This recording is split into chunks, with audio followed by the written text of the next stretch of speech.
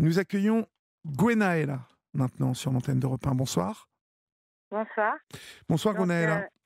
bonsoir Olivier. Déjà, c'est un honneur pour moi de pouvoir vous parler. Je vous Je en prie, voulais merci remercier beaucoup. toute l'équipe et je voudrais aussi saluer tous les les auditeurs, excusez-moi. Voilà. Donc, moi, je suis un peu émue de vous parler parce que je suis autiste Asperger Oui. et je voudrais faire un témoignage extrêmement positif, changer un peu la donne, euh, parler de choses positives, mais en fait, j'ai vécu la pédocriminalité. J'ai été incestée par plusieurs membres de ma famille et j'ai vécu des choses très compliquées dans ma vie. Mais C'est... avec mon intelligence, j'ai appris à m'aimer. J'ai appris à aller jusqu'au bout du bout dans l'apprentissage par rapport à la pédocriminalité pour Alors, mieux me comprendre. qu'appelez-vous la pédocriminalité, Alors j'appelle Gwenaëlla? l'inceste au sein familial. Plusieurs L'inceste, membres de d'accord. plusieurs membres de ma famille m'ont incesté quand j'étais bébé, Oh enfant mon Dieu. et adolescente. Très très longtemps ça a duré.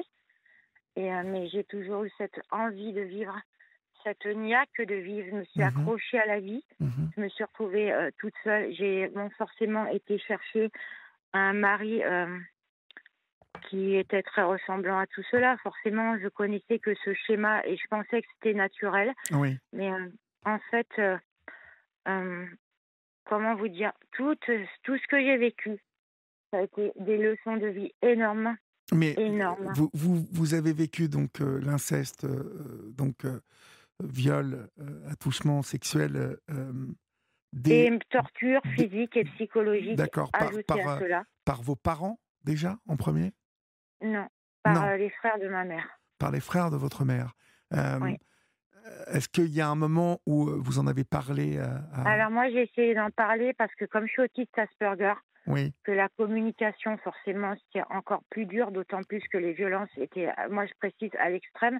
Mais ici, je suis pas là pour parler de négatif, je suis là pour parler d'amour, de pardon et d'accord, mais d'envie de c'est vivre. important quand même que vous Mais oui, évoquiez, oui, si vous voulez, ce pourquoi effectivement, ça a duré aussi effectivement. longtemps. Bon, ça a duré longtemps parce que j'ai essayé d'en parler, mais dans ma famille, c'était presque normal. C'était presque normal, c'était normal, c'était normalisé. Voilà, c'était des choses qui étaient, voilà, mes oncles me prenaient sur les genoux, me tripotaient, me Oui, caressaient les seins, c'était normal, oui, personne ne oui, disait rien. oui. Et quand j'ai commencé à parler, on m'a fait passer donc pour schizophrène. On m'a fait plusieurs fois interner. On a essayé de me faire taire avec des cachets, mais j'avais beau hurler, clamer ma vérité, mais toute ma vie, en fait, on m'a fait longtemps passer pour schizophrène, jusqu'au jour où j'ai compris, parce que je savais qu'il y avait un problème. Je suis extra-lucide et la schizophrénie, sans aucun jugement, avec amour et respect pour toutes ces personnes qui souffrent. Mais effectivement, c'est des gens qui vivent dans un monde d'illusions, chose que moi non. Et effectivement, avec beaucoup de travail sur moi, une envie de vivre, et avec l'autisme Asperger, on a la capacité d'aller se comprendre et d'aller apprendre les choses pour pouvoir les comprendre. Mhm. Donc Tous j'ai les autistes étudié Asperger, hein, je le précise, n'ont pas votre faculté à vous non, comprendre moi et à je faire l'ai. la démarche. Oui, je sais, je comprends. Mais moi je l'ai. Oui, Mais en fait, j'ai cette capacité parce que j'ai eu on va dire, un QI de naissance qui est extrêmement élevé. oui, oui. Donc, ce qui fait que j'ai pu apprendre et apprendre. Donc, notamment, je me suis spécialisée en tant que comportementaliste pour comprendre les comportements humains. Je me suis spécialisée en tant que profileuse. Et également, je suis émue, excusez-moi, parce que c'est énorme de le dire devant plein de personnes, parce que je voudrais donner de l'espoir. On peut s'en sortir. On peut s'en sortir si on tombe et on va chercher, si on est bien encadré, si on va chercher les bonnes personnes. Moi, j'ai fait le travail pour moi toute seule, j'en ai la capacité. Mais en fait, je veux juste parler d'espoir et de résilience, de courage de vie. Je voudrais donner mon témoignage. Moi, il y a plein de personnes comme moi.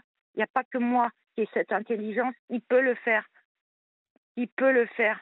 Je veux pas parler de négatif. C'est horrible ce qui m'est arrivé. J'ai encore été violée et torturée il y a 2 ans. Mais par Voilà, qui que vous est-il par arrivé? quelqu'un que j'ai voulu aider, parce qu'en fait, je suis quelqu'un de très empathe. Je me suis spécialisée en tant que thérapeute dans la solidarité. Et cette personne a fait une crise de schizophrénie, de démence, et Mhm. j'en ai pris à moi. Mais j'ai vécu des choses très dures dans ma vie. Encore maintenant, en tant qu'autiste, les humiliations. Je suis artiste, je suis sortie des chemins de traverse. Mais c'est pas grave, je m'accroche, j'ai la niaque. et je montre l'exemple.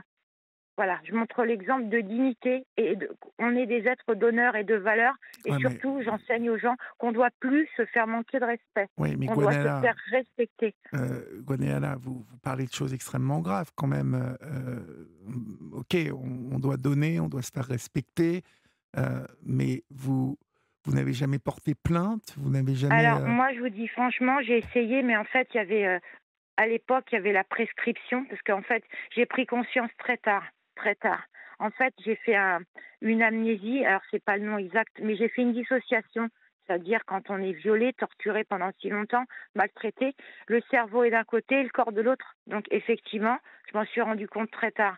Et quand j'ai essayé d'en parler dans ma famille, on m'a traité de menteuse, j'ai subi l'horreur. C'est la double peine, hein, c'est le cas de le dire. Donc je me suis éloignée. Et j'ai fait ce qu'il fallait. En fait, j'ai essayé, mais non. En fait, c'était trop tard, beaucoup trop tard. Et ils sont décédés.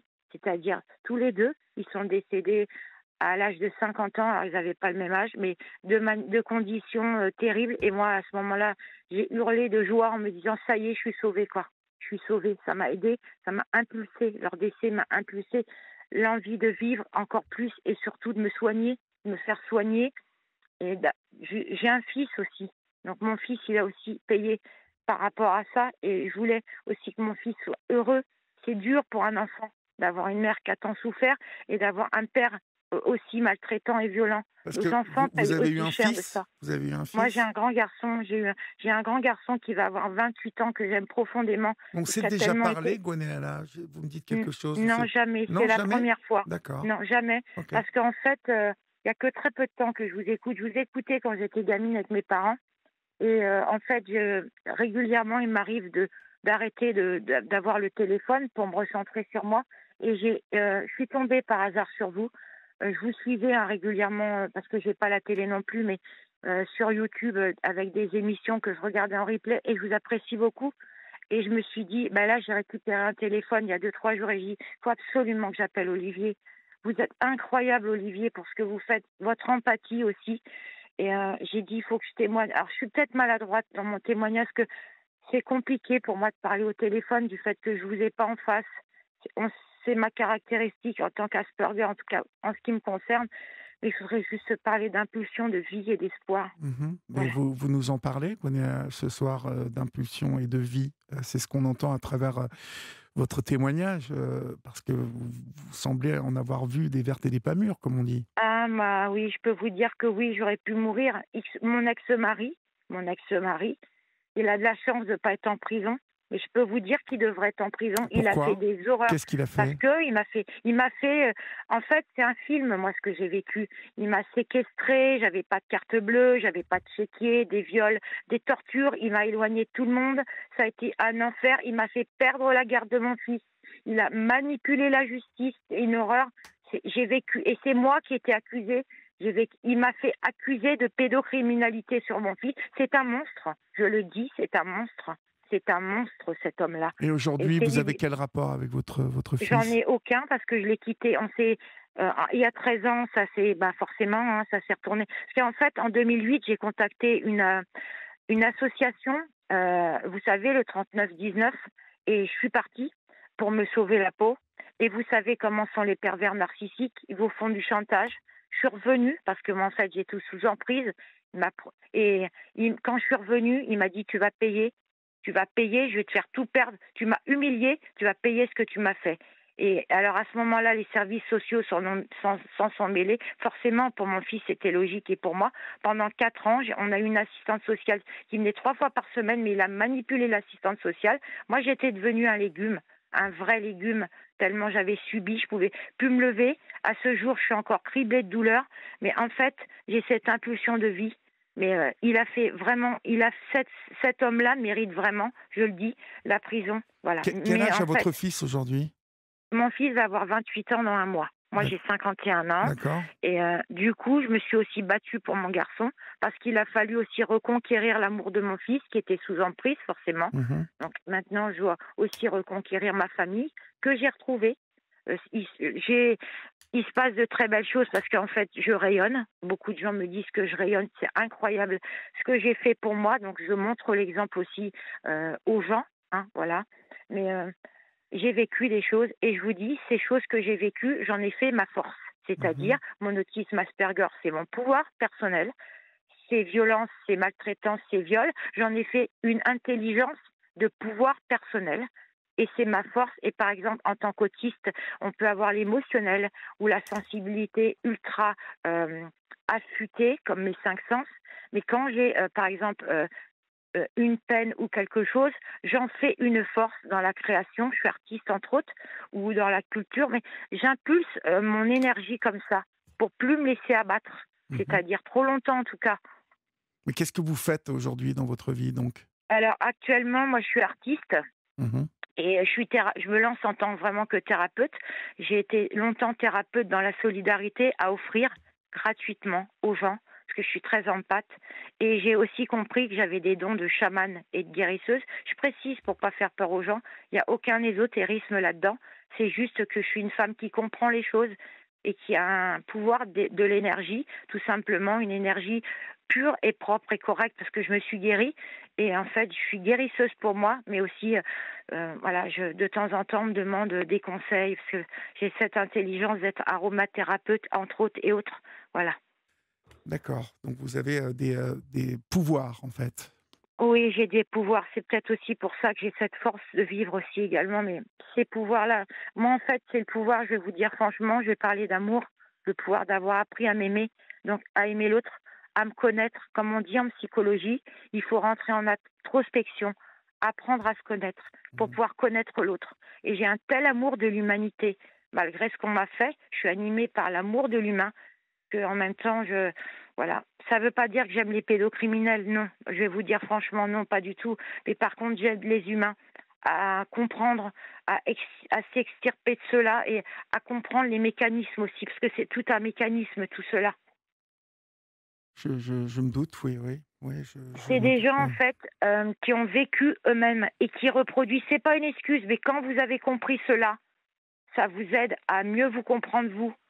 En fait, comprendre comment fonctionnent nos agresseurs, comment fonctionne la perversion narcissique, parce qu'en fait, le monde est rempli de cela. On le voit maintenant. Il y a un truc exponentiel dans tout ce qui est pédocriminalité, viol et narcissisme, perversion. Et moi, j'ai appris en tant que comportementaliste à comprendre Bon, les comportements humains. très bien. Écoutez, ben, c'est bien que, en tout cas, vous soyez sorti de tout ça, hein, Gwenaëlla. Je vous souhaite bon courage, bien évidemment, En pour le reste, hein, de votre existence. Et j'espère que vous allez réussir à reconquérir votre famille. Quand vous parlez de votre famille, c'est qui? Moi, j'ai reconquéri ma maman, je suis en train de reconquérir mes frères et sœurs, mes neveux Mhm. et nièces, et c'est vraiment vertueux. C'est des relations respectueuses, on a appris à communiquer, à se dire les choses. Bien sûr, Rome, c'est pas fait en un jour. Petit à petit, l'oiseau fait son nid, mais on redémarre sur des bases solides. Souvent, on peut avoir des familles, il n'y a pas de base solide, et nous, on redémarre sur des bases maintenant plus solides.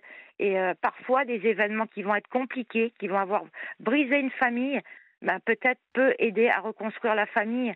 En fait, voir le verre plein et plus à moitié vide ou à moitié plein, juste le voir plein, parce qu'au final, tout est là. Mais enfin, moi, je parle comme ça, je ne sais pas si des gens peuvent me comprendre, mais j'ai cette empathie, puis cette compréhension de la vie qui fait que je vois la vie différemment des autres personnes. Parce qu'en fait, peut-être en tant que chamane, je suis extra lucide et aussi, voilà, c'est comme ça aussi que je suis. Je voulais juste transmettre des messages d'amour et d'espoir aux gens qui souffrent aussi, aux gens qui ont perdu tout espoir, voilà, dire que voilà, on peut avoir de l'espoir et que au final, voilà, si on cible les bonnes personnes, si on se fait aider avec les bonnes personnes, on peut s'en sortir. Voilà. Ben écoutez, c'est sur ces bonnes paroles que nous allons conclure, ma chère Gwenaëlla. Bravo, hein, pour votre belle énergie et puis Merci Olivier. courage à vous. Hein. Est-ce que je peux juste donner une petite anecdote? Tout à l'heure, vous avez parlé de Serge Gainsbourg. Mhm. Et moi, quand j'avais l'âge de 3 ans, ma maman qui était fan de Serge Gainsbourg, parce que je viens de l'Essonne, Serge Gainsbourg donnait un concert à Ivry, une ville assez connue en France. Ouais. Et en fait, Serge Gainsbourg m'a pris dans ses bras quand j'avais 3 ans. Je voulais juste le Ah, dire. super. C'était la petite anecdote. Très Voilà, bien. sympa comme Très ça. bien. Eh Et puis bien, voilà. passez une bonne nuit et courage à vous, ma chère Gwenaëlle. On vous embrasse. Merci beaucoup et je vous en prie. Et moi, j'envoie plein d'amour à tous les auditeurs. Très Merci bien. beaucoup, C'est bien Olivier. su. Au Au- revoir. Merci, au revoir, Olivier.